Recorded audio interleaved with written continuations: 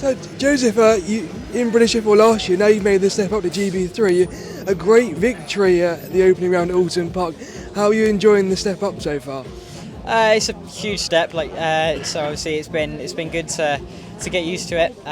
It's been a tricky pre-season that we had, but I think it was all worth it. Obviously with the result that we have had at Alton. So yeah, hopefully we'll be continuing that for the rest of the year.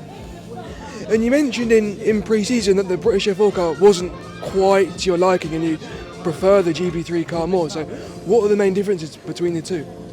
I'd say obviously you've got the obvious differences like the power and the downforce, but obviously it's got a differential in a GB3 car, and I think that's what this car needs to be a good car. So it just means that you have to drive it a lot more like a proper single-seater. It's a proper race car, and I feel like the F4 it can feel a bit weird at times, and the downforce didn't do enough for it to really work properly with what it had. So I think the GB3 car's a better built car all around. Obviously it's lighter as well, which is crazy to think when it's got so much power. So yeah, it's pretty crazy with that car. So yeah, I'm enjoying it.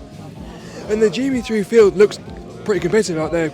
Yourself and Headley and Dunn, and there's a few other guys stepping up from British F4. So how good is it to see yourself compare yourself to those guys?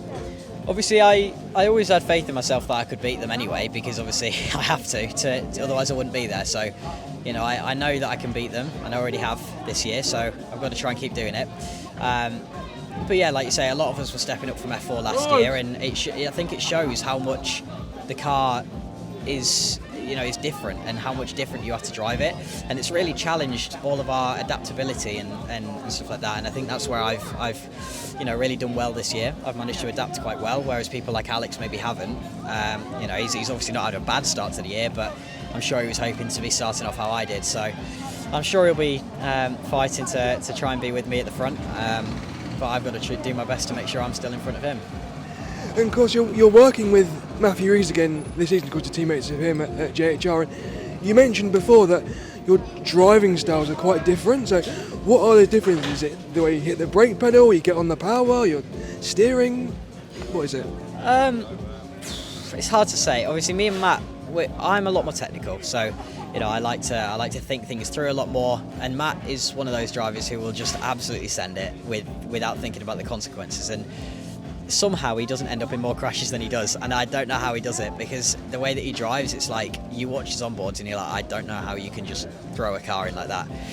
And it is really impressive to see, and I think that's where I've been learning a lot from him, and I think he's been learning a lot from me as well. So I think we're a good partnership, and I think we can both push each other forward. I mean, we were 1-2 in qualifying, so we must be doing something right. So hopefully we'll keep it up.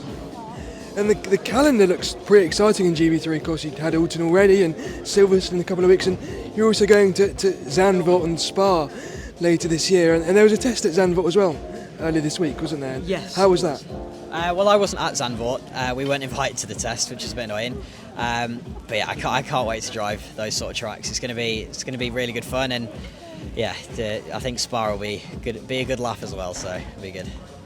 And you weren't at the test at Zandvoort, so can you do a lot of sim racing at that track and sort of learn the track that way?